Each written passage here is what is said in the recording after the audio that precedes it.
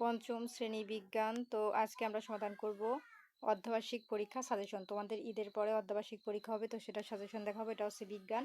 তো দেখো, এটা হচ্ছে পৃষ্ঠা নাম্বার 10, কারণ এটা হচ্ছে প্রথম অধ্যায় 10 পৃষ্ঠা। তো প্রথম অধ্যায় থেকে 4 অধ্যায় পর্যন্ত আমি তোমাদের সাজেশন দেখাবো, কোনগুলো ইম্পর্টেন্ট, যেগুলো পরীক্ষায় আসবে 100% সাজেশন কমন আসবেই।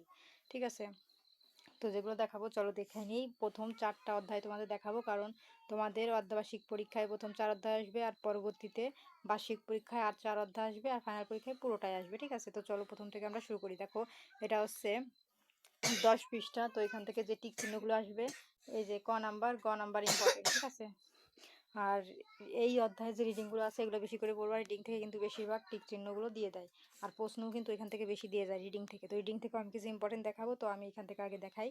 আর এখান থেকে যেগুলো ইম্পর্টেন্ট এই যে আমি দাগিয়ে দিচ্ছি, আর এখান থেকে সংক্ষিপ্ত প্রশ্ন যেগুলো ইম্পর্টেন্ট তা হচ্ছে যে এই দুইটা। আমি যেগুলো দাগ দিব এগুলোই কিন্তু ইম্পর্টেন্ট। আর এখান থেকে বর্ণনামূলক প্রশ্ন যেগুলো সেগুলো হচ্ছে যে ক খ ইম্পর্টেন্ট। তো আমি বলে রাখি, চ্যানেলটি সাবস্ক্রাইব করে দিতে প্রিয় শিক্ষার্থী এবং অভিভাবকরা, কারণ আমার চ্যানেলটি সাবস্ক্রাইব করলে আমি ভিডিও আপলোড করলে অটোমেটিক তোমাদের ফোনে চলে যাবে, সার্চ করা লাগবে না। তো দেখো, এখানে আমরা দ্বিতীয় অধ্যায়ে চলে এসেছি। এখান থেকে কোনগুলো ইম্পর্টেন্ট আমি দেখাবো।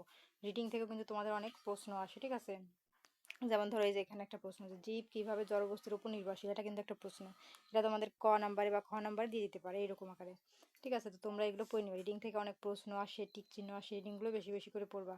তবে দেখো, এই যে এইভাবে টিক চিহ্ন আসে, প্রাণী নির্ভরশীলতা কিসের ওপর, তো এই রিডিংটা পড়লে তোমরা অ্যান্সার পেয়ে যাবা। ঠিক আছে, তো এগুলো টিক চিহ্ন আকারেও আসে বা প্রশ্ন আকারেও আসে, তো তোমরা এগুলো পড়বা। আর তোমাদের কিন্তু একটু শুদ্ধ অশুদ্ধ আসে পরীক্ষায়। তো চলো আমরা এই অধ্যায়ের উপর দেখাই যে কোনগুলো আমাদের ইম্পর্টেন্ট।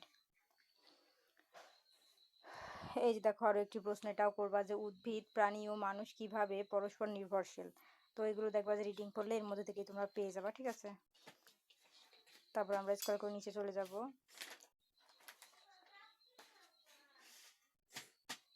এই যে এগুলো কিন্তু ইম্পর্টেন্ট। এই যে খাদ্য গ্রহণের বিবেচনায় প্রাণী ও উদ্ভিদ কিভাবে সম্পর্কযুক্ত, এই যে রিডিং পড়লেই তোমরা পেয়ে যাবা। এগুলো তোমাদের অ্যান্সার কোথাও থেকে নেওয়া লাগবে না, রিডিং এর মধ্যেই সব অ্যান্সার পেয়ে যাবা। ঠিক আছে, তারপরে আমরা নিচে মেন যে প্রশ্নগুলো আমাদের আছে বইয়ের, সেই প্রশ্নগুলো তোমাদের দেখাবো যে কোনগুলো ইম্পর্টেন্ট।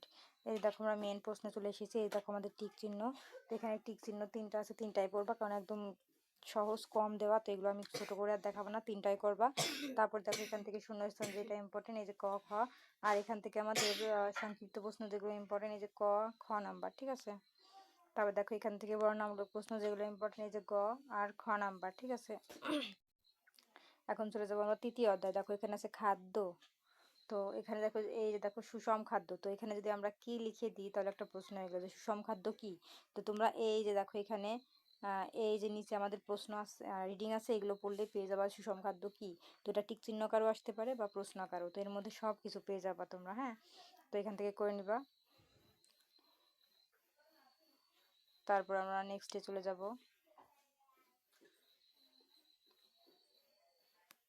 মানে বই থেকে যেগুলো আসবে আর কি, সেগুলো আমি তোমাদের দেখিয়ে দিচ্ছি। এর বাইরে থেকে আসলে তো আসবেই, কিছু তো বাইরে থেকে আসে, কিন্তু বইয়ের ভিতর থেকে যেগুলো আসবে সেগুলো আমি তোমাদের দেখাই। এই যে সময় মতো খাদ্য গ্রহণের গুরুত্ব, এই যে এই পুরো রিডিংটা পড়লে অ্যান্সার পেয়ে যাবা, তার উপরে সব কিছু পড়লে পেয়ে যাবা।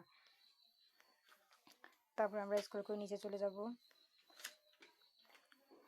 তবে আমি যা দেখাবো যে সব স্কুলে একই আসবে এমন কোনো কথা নাই। বাংলাদেশে অনেক স্কুল আছে, মনে করো 10টা স্কুলের মধ্যে থেকে 7টা স্কুলে আসবে আর 3টা স্কুলে আসবে না, এরকম। তার মানে এই যে তোমার অন্যান্য স্কুলে আসে না তা না। আমার কমেন্টে ঢুকে দেখবা যে হিউজ পরিমাণে কমেন্ট দেয় দিছে আগের বছর, যে আপু আপনারগুলো এসেছে, সবাই বলেছে। আর 2-1 জন বলেছে আপু আসে নাই, কিছু সংখ্যক এসেছে, এরকম। কারণ সব স্কুলে আসবে এমন কোনো কথা নাই।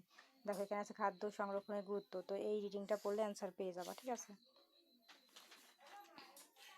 তারপর দেখো, আমরা চলে এসেছি এই অধ্যায়ের টিক চিহ্নে। তো এখানে আছে মাত্র 4টা টিক চিহ্ন, এখান থেকে আর কমাবো না, এই 4টা ধরেই পড়ে ফেলবা। তারপরে আমরা চলে যাব সংক্ষিপ্ত এবং বর্ণনামূলকে। তো সংক্ষিপ্তের মধ্যে ক খ নাম্বার ইম্পর্টেন্ট, আর বর্ণনামূলকের মধ্যে দেখো ক আর গ নাম্বার ইম্পর্টেন্ট। ঠিক আছে, তো এগুলো করে ফেলবা।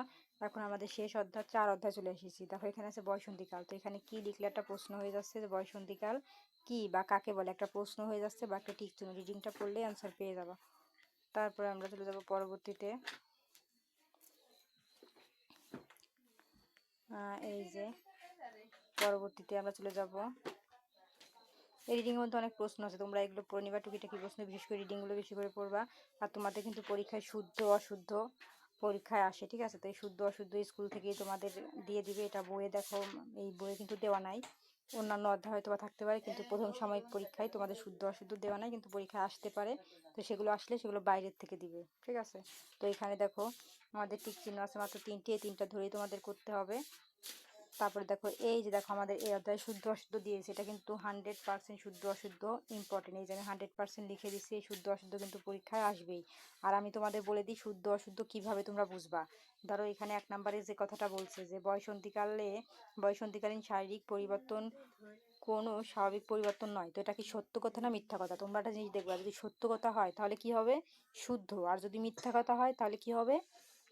অশুদ্ধ। তো তোমরা পরীক্ষার সময় ধরো তোমাদের এইটা আসে না, অন্য একটা আসছে, তখন তোমরা কিভাবে বুঝবা যে কোনটা সত্য আর কোনটা অশুদ্ধ?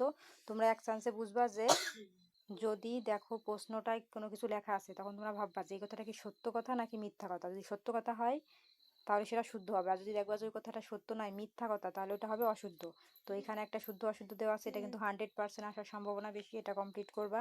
তারপর দেখো এখান থেকে সংক্ষিপ্ত প্রশ্ন 2টা আছে, এই 2টাই 100% ইম্পর্টেন্ট, আর এখানেও যে 2টা আছে 2টা ধরেই 100% ইম্পর্টেন্ট করবা। তো এই ছিল আমাদের শেষ মানে প্রথম সাময়িক পরীক্ষার জন্য, আর পঞ্চম অধ্যায় থেকে দ্বিতীয় সাময়িকের জন্য আসবে।